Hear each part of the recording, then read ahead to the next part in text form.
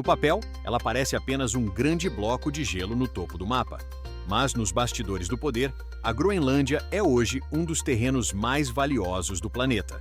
Recentemente, o interesse americano na ilha voltou às manchetes, parecendo, para muitos, um delírio colonialista do século XIX. Mas a verdade é que, por trás da proposta de Donald Trump e do interesse estratégico de Washington, existe uma lógica fria e calculista. Por que a maior potência do mundo quer comprar um território que não está à venda? Primeiro, é preciso definir o status desse território para evitar confusões geográficas.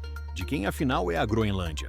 Oficialmente, ela integra o Reino da Dinamarca, mas esqueça o conceito antigo de colônia. A relação aqui é de autonomia.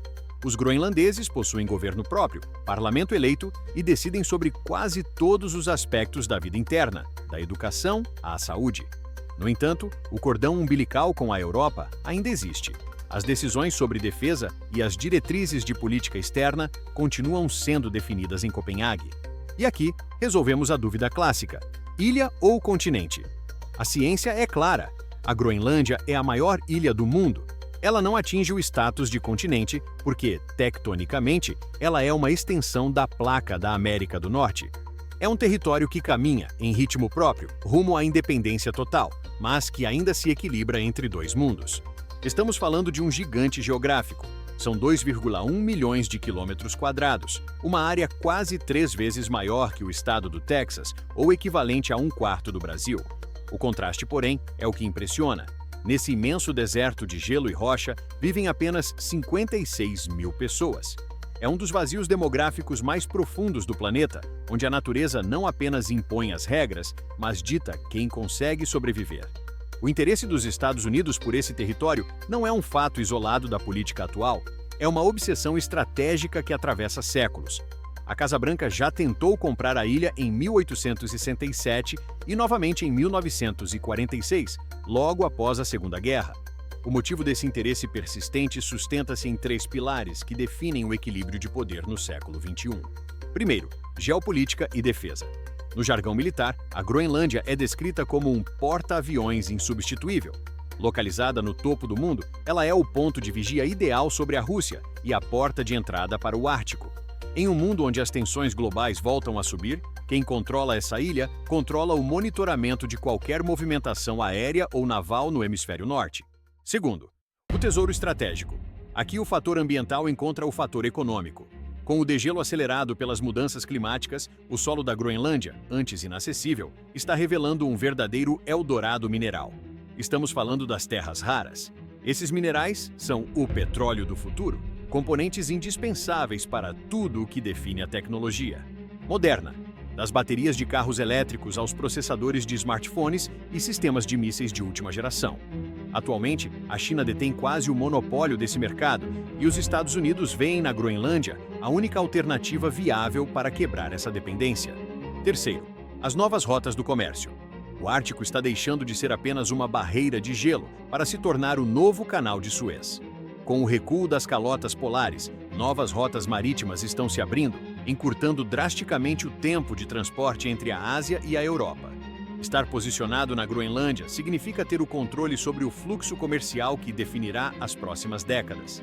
Em resumo, a Groenlândia deixou de ser apenas uma paisagem remota para se tornar o epicentro de uma nova Guerra Fria silenciosa. Não se trata apenas de território, trata-se de quem terá as chaves do futuro tecnológico e logístico do planeta. Se, num cenário de ruptura diplomática ou transação bilionária, a Groenlândia passasse para o controle dos Estados Unidos, o equilíbrio de poder global sofreria uma transformação definitiva. Não seria apenas uma mudança de bandeira, seria o redesenho das forças que movem o século XXI. O primeiro impacto seria a militarização total. A base aérea de Pituffik, antiga Thule, que hoje já é um ponto estratégico, seria convertida no maior hub militar do hemisfério norte. Com a instalação de sistemas de defesa antimísseis de última geração e a presença permanente de frotas navais, a ilha se tornaria uma fortaleza inexpugnável. Para a Rússia, isso seria interpretado como um cerco absoluto, elevando a temperatura da Guerra Fria 2.0 a níveis críticos. Em paralelo, veríamos uma corrida mineral agressiva. A Groenlândia deixaria de ser uma reserva isolada para se tornar um canteiro de obras industrial. O acesso facilitado às terras raras aceleraria a autonomia tecnológica de Washington, mas abriria um dilema ético profundo. É possível extrair essa riqueza sem aniquilar a cultura milenar do povo Inuit? O ecossistema ártico, um dos mais frágeis e fundamentais para o clima da Terra, seria colocado em xeque em nome da segurança nacional americana. O isolamento da Europa. Com a saída da Dinamarca do jogo, a União Europeia perderia sua principal ponte política para o Ártico. O continente europeu veria sua influência minguar em uma região que é o centro das novas rotas comerciais. A Groenlândia deixaria de ser um território autônomo e pacífico, para se tornar o epicentro de uma disputa de soberania, onde o diálogo dá lugar à demonstração de força. No centro desse embate geopolítico, existe uma realidade que os mapas e os gabinetes militares costumam ignorar: a vida de quem habita o Ártico. Para os groenlandeses, o território não é um ativo imobiliário ou uma peça de xadrez em uma vitrine internacional. É a sua casa. O movimento pela independência total é uma força política consolidada, mas que enfrenta um dilema pragmático. Como manter a autonomia sendo um povo pequeno em meio a uma colisão de gigantes? A Groenlândia não busca um novo proprietário, busca o reconhecimento de sua autodeterminação. Enquanto as calotas polares recuam e revelam riquezas bilionárias, a ilha se vê em uma encruzilhada histórica. De um lado, o potencial de uma prosperidade econômica sem precedentes através da mineração. Do outro, o risco de se tornar apenas uma base de operações estrangeira, perdendo sua identidade e o controle sobre seus próprios recursos. O mundo observa o derretimento do gelo com olhos estratégicos, ciente de que a configuração do Ártico é, na verdade, a configuração do poder no século XXI. Mas, no fim das contas, a estabilidade da região dependerá de uma questão fundamental: se o futuro será decidido por quem vive sobre o gelo ou por quem, de longe, cobiça o que está guardado abaixo dele. E você?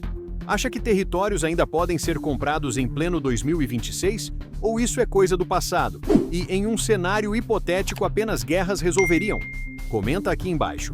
Deixe seu like, se inscreva no canal, compartilhe nosso vídeo. Obrigado por assistir.